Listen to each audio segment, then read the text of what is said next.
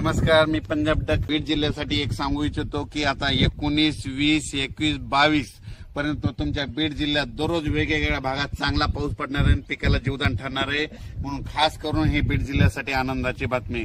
त्याच्यानंतर लातूर जिल्हा झालं, सोलापूर जिल्हा झालं, धाराशिव जिल्हा झालं, नगर जिल्हा झाला, परभणी जिल्हा झाला, नांदेड जिल्हा, हिंगोली जिल्हा, जालना जिल्हा, संभाजीनगर या जिल्ह्यातल्या शेतकऱ्याला सांगू इच्छितो की उद्या 20 जुलैपासून 20, 21, 22 आणि 23 या दरम्यान चांगला दररोज वेगवेगळ्या भागात भाग बदलत पाऊस पडणार आहे, म्हणून हा अंदाज लक्षात घ्यायचा।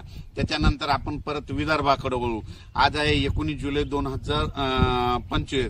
तर विदर्भ, पूर्व विदर्भ आणि पश्चिम विदर्भ 6 आणि 5 11 जिल्ह्यामध्ये म्हणजे 19, 20, 21, 22, 23 पर्यंत तुमच्या पूर्व विदर्भ आणि पश्चिम विदर्भ 11 जिल्ह्यामध्ये दररोज वेगवेगळ्या भागात पाऊस पडणार आहे आणि पिकाला जीवदान ठरणार आहे, म्हणून हे अंदाज लक्षात घ्यायचा।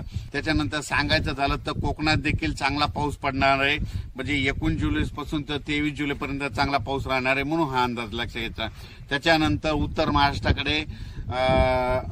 महाराष्ट्राकडे देखील सरीव सरी येत राहणार, म्हणून हा अंदाज लक्षात घ्यायचा। पण राज्यात सांगायचं झालं तर नगर जिल्हा झालं, जळगाव जिल्हा झालं, नाशिक जिल्हा झालं, त्याच्यानंतर बुलढाणा जिल्हा झालं, बुलढाणा ह्या भागामध्ये म्हणजे 22, 23, 24च्या दरम्यान तिकडल्या भागामध्ये चांगला पाऊस येणार आहे, म्हणून हे अंदाज लक्षात घ्यायचा।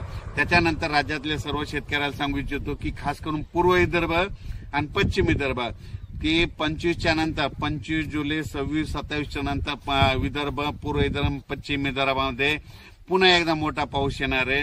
त्याच्यानंतर हे अंदाज त्याचा नंतर दिला ते, पण खास करून आज 19 जुलैपासून ते 23 जुलैपर्यंत सोलापूर जिल्हा, सातारा जिल्हा, सांगली जिल्हा, पुणे जिल्हा, त्याच्यानंतर नगर जिल्हा, त्याच्यानंतर धाराशिव, बीड, लातूर, नांदेड, हिंगोली, यवतमाळ, परभणी, त्याच्यानंतर इकडे जालना जिल्हा, संभाजीनगर जिल्हा, जळगाव जिल्हा, त्याच्यानंतर बुलढाणा जिल्हा, अकोला, अमरावती, वर्धा, नागपूर, भंडारा, गोंदिया, चंद्रपूर या भागामध्ये म्हणजे दररोज वेगवेगळ्या भागात आता हे 19 आजपासून दररोज भाग बदलत सगळ्या जिल्ह्याला भाग बदलत पाऊस पडणार आहे, म्हणून हा अंदाज लक्षात घ्यायचा। अचानक वातावरणात बदल झाला तर लगेच एक मेसेज दिला जाईल। पाऊस कसा पडणार आहे ते एक सांगतो, असा रिमझिम नाही पडणार, अर्धा तास पडणार आहे, 1 तास पडणार आहे, पण शेतातून पाणी बाहेर काढणार पडणार आहे, म्हणून हा अंदाज लक्षात घ्यायचा।